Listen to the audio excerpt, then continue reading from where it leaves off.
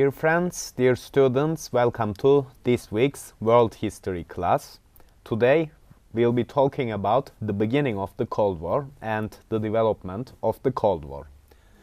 As we talked about in our previous classes, at the end of World War II, Soviet Union and United States of America were allies and they collectively defeated Nazis, Germany. However, after the war, they became the major powers of the new world order and they actually became rivals, hostiles or maybe enemies. After World War II, Cold War started. United States of America led the capitalist liberal democrat West and USSR led the communist East. In times that I call capitalist, it actually means liberal and democrat at the same time. And another thing, for global governance, United Nations was founded and it aimed to preserve global peace and global government. UN Security Council was composed of the Big Five. Who are the Big Five? United States, Soviet Union, Britain, France and China, the most powerful 5 states in the world. The UN Security Council can take military action to preserve peace all around the world, but on one condition, of course. All the members of the Permanent Security Council, the entire Big Five, in other words, should vote for that military action proposal. If any of them vetoes, in other words, votes against, that proposal is cancelled. At the end of the World War II, Germany was divided into two. West Germany became liberal capitalist and East Germany became communist. So, in the Cold War, apart from some exceptional cases, if one state is communist, it is closer to Soviet Union. If a state is liberal, democrat or capitalist, it is closer to United States. Of course, there have been exceptions. We are going to talk about them. Dear friends, in 1947, United States of America prepared the Marshall Plan and Truman Doctrine to develop Europe economically and militarily to stand against communism. Because according to West, United States and her allies, the Soviet threat had to be eliminated. So the Soviet Union and the communist regimes could have expansionist tendencies and the West tried to defend itself from communism. In 1947, European Jews were settled in Palestine and Israel was founded. Actually, it was 1917 the first time the Jews were settled in Palestine, but they were actually in that period of time rather small in number. But after the World War II, the European Jews who were free of the Holocaust, who could remain alive from the Hitler's genocide, moved to Palestine, and today actually there are 2 states in there and it's an international dispute. I'm talking about, of course, the Palestine-Israeli dispute. In 1947, Britain lost India. India gained independence, but with the independence it was divided into 2. Pakistan, a Muslim state, was separated from India and it also declared its independence. In 1947, a civil war broke out in Greece. Greece has a special importance for the Cold War because it was an Eastern European country, but it was not liberated by the Soviet Union. This is important. At the end of the World War II, the majority of the East European countries were liberated by Red Army, by Soviet Union, but not Greece. Because United States paid special importance, attached special importance to Greece, and it was the Anglo-Saxon powers who liberated Greece at the end of the World War II. So, in 1947 Civil War, nationalists and communists of Greece fought against each other. United States and Britain supported the Nationalist Front. Yugoslavia supported communists. Yugoslavia was led by Tito, who was a famous leader during the Cold War, and actually he was amongst the leaders of the non-aligned movement. What is non-aligned movement? I'm going to come to that. We are going to talk about it. And Stalin, Joseph Stalin, the leader of the Soviet Union, urged Tito to stop aiding the Greek communists. So in doing so, Stalin thought that he would not provoke America. If he helped communist Greeks in the Civil War, the United States could be provoked of that, and the United States could support some anti-communist powers in a Soviet ally. So Tito was convinced and he quitted the aid, and nationalists won the war in Greece. In 1949, NATO was established. NATO is Northern Atlantic Treaty Organization, the military alliance of United States and her capitalist liberal democrat allies. If you Google it, if you search through Google, you'll get the entire list of the ancient NATO and the contemporary NATO member states, but United States, Italy, Canada, UK, France, Turkey and Greece were amongst the NATO members. In 1950, communist North Korea and capitalist South Korea fought against each other. United States supported the South and USSR supported the North. De-Stalinization. Dear friends, this is an important concept in Soviet foreign policy. When Stalin died, his principle of socialism in one country was abolished. According to Stalin, if the Soviet Union was to try to make other states communists as well, if they were to encourage communism in other countries as well, in non-communist countries of course, the United States would be provoked of this behavior and a war could occur between Soviet Union and United States. And according to Stalin, there was no chance of peaceful coexistence for capitalism and socialism. So either the East or the West would destroy the other part's regime. According to Stalin, that was the case. But after his death, the Soviet foreign policy started to move towards the de-Stalinization. What is de-Stalinization? Abandoning Stalin's principles. For instance, they embraced the idea of peaceful coexistence. What is peaceful coexistence? The capitalist realm and the communist realm could coexist peacefully. That was the case actually. And actually another thing, the Soviet Union in that period of time had nuclear weapons, and United States and Soviet Union could not use nuclear weapons against each other, and that actually helped helped the two states to avoid war between each other.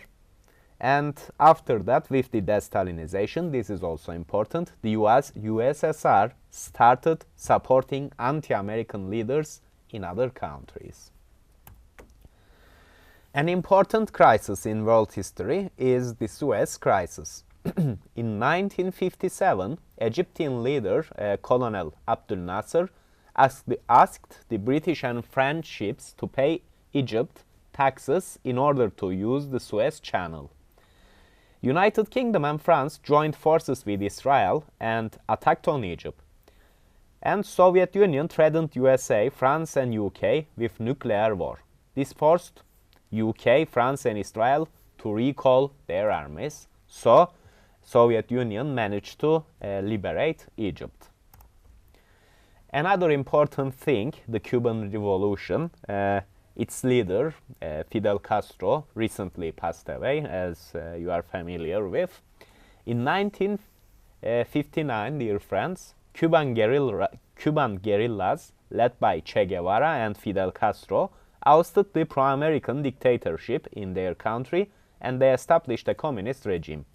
A communist regime located next to the America was actually a definite danger for United States of America. Likewise, Turkey was a liberal democrat capitalist state in that period of time, and she was located just nearby USSR. So Cuba and Turkey had a very valuable strategic importance during the Cold War. U-2 crisis. This is an interesting and important crisis that occurred between the two blocs. In 1960, an American spy plane named U-2 landed off from Turkey and flight over USSR for spying activities. The Soviets destroyed the plane and captured the pilot. They asked America to stop spying activities, and they asked Turkey to stop helping Americans in spying activities. A similar crisis, actually even more dangerous crisis, happened in 1962.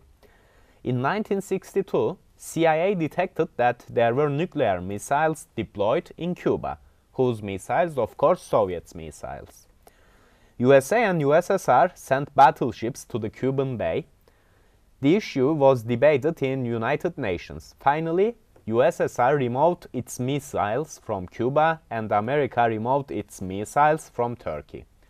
And America had deployed some nuclear weapons in Turkey, and due to the crisis, as I told you, those missiles were removed. Non-aligned movement. That's a crucial organization, dear friends, during the Cold War. During the Cold War, some states preferred not to be allied directly with USA and USSR, and they founded the non-aligned movement. The non-aligned states were mostly supported by USSR against United States of America. Cuba, India, Yugoslavia, Egypt, and Cyprus were in non-aligned movement. Another important development that occurred in the Cold War was the Arab-Israeli War. In 1967, Egyptian leader Nasser wanted to unite all the Arabs under one state. He had the dream of Arabic nationalism. In order to increase his prestige, he joined forces with Syria and Jordan. Arabs fought against Israel, but they were defeated, so Israel invaded the Gaza Strip. Some other important developments that were shaping the world politics in Cold War, one of them was Prague Spring. In 1968, there were liberal and democrat reforms in Czechoslovakia.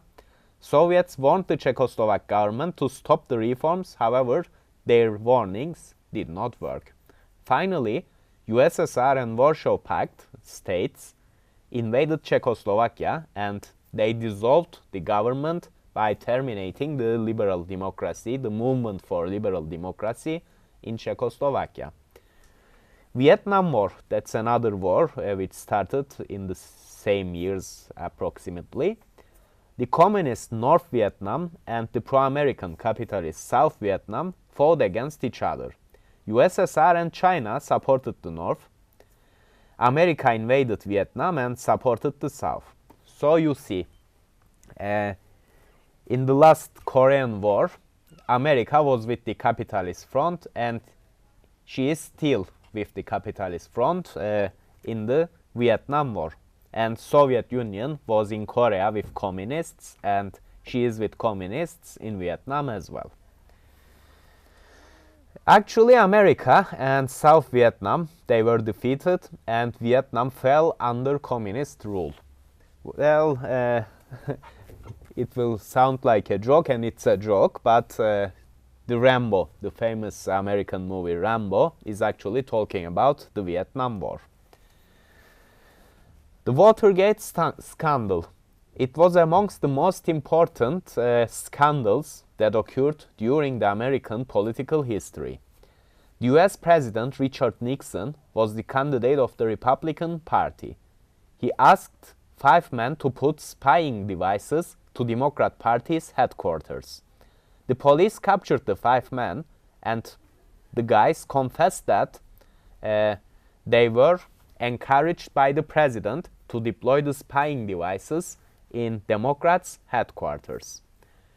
This became a scandal, a serious scandal, for 2 years.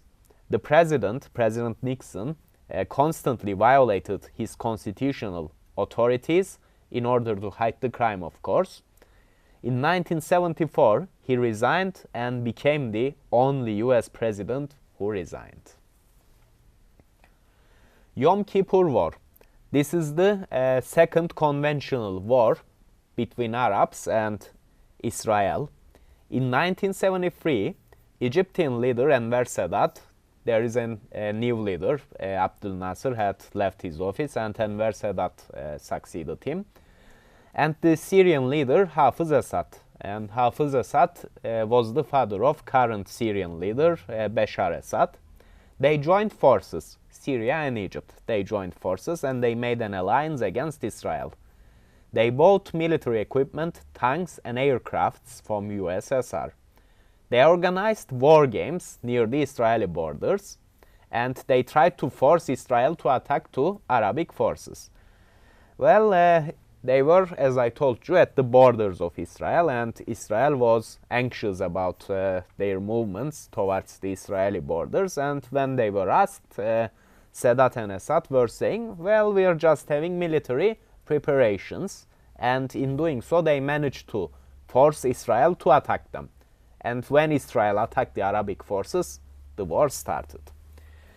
United States supported Israel, and that was actually the main factor which prevented a very humiliating and a very serious defeat from Israel.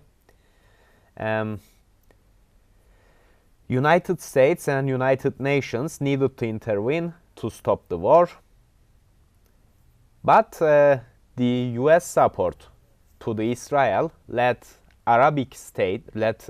the Arabic states, including Saudi Arabia, which was a close ally of America, to exert petroleum embargo on the Western states. Arabs were significantly more successful in that war when compared to 1967 war, and Israel was forced to leave the Gaza Strip. After the war, America helped Israel to develop Mossad. What is Mossad? Of course, it's the intelligence service of Israel. And Cyprus conflict. Dear friends, Cyprus conflict is rather important for our history, but I'm just providing a brief overview of it to you and including its international factors actually, and focusing mostly on the international dimensions. Dear friends, Cyprus was a British colony, and after the independence, Greeks and Turks of Cyprus were provided a power sharing equality between the Greek Cypriot majority and the Turkish Cypriot majority. So, what is the power sharing democracy? The Greek Cypriots had, for instance, 70% of the legislative, and Turkish Cypriots had the 30% of the legislative, but they had 50% equality in decision making. So Turkish Cypriot minority was provided veto rights, so the Greek Cypriot majority could not suppress the minority, the Turkish Cypriot community. Dear friends, in 1963, intercommunal fighting started. That was started because the Greek Cypriot leader, President Makarios, aimed to suppress the Turkish Cypriot minority by Turkish Cypriot community, by removing their veto rights. He said, no, you cannot have veto rights. I have to limit your veto rights, and Turkish Cypriot leadership resisted against this, and intercommunal war started in Cyprus. To stop the war, the United States offered Greece and Turkey to share out Cyprus, and Cypriot President Archbishop Makarios refused, and he gathered support from USSR and non-aligned movement. So USSR and non-aligned movement said, no, Cyprus should remain independent and it cannot be shared by Greece or by Turkey. Greece and Turkey wanted to use military power in Cyprus, but USA prevented them. Greece was after ousting Makarios and sharing Cyprus with Turkey, but they were actually offering a very, very tiny percentage of land to Turkey. It was unacceptable to Turkey, and Turkey had in mind to safeguard the Turkish Cypriot community in Cyprus because they were in danger. The Greek Cypriot majority had the military and economic power, and Turkey aimed to intervene and safeguard the Turkish Cypriots because they were under risk. And in 1970s, United States Minister of Foreign Affairs Henry Kissinger disliked Makarios since Makarios was in cooperation with USSR. He was a prestigious leader in non-aligned movement and he was supported by Cypriot communists. Kissinger named Makarios as the Castro of Mediterranean and Red Bishop. I cannot say Makarios was a communist, but Mr. Henry Kissinger considered him to be a communist. Anyway, in 1974, dear friends, Greece ousted Makarios and Turkey intervened. So, Greece believed in that period of time there was a military dictatorship, a military regime in Greece, and they believed if we oust Makarios, we can convince Turkey to have an agreement on Cyprus based on the Greek interests, of course. And Turkey believed that when Makarios was ousted, the next step of the Greek junta, the Greek military regime, would be the union of Cyprus to Greece. So Turkey intervened to prevent the enosis and safeguard the Turkish Cypriot community, and Cyprus was divided into two. When? In 1974. Dear friends, that's it for today's class, and next week we are going to have our final class. Thank you. Have a nice weekend.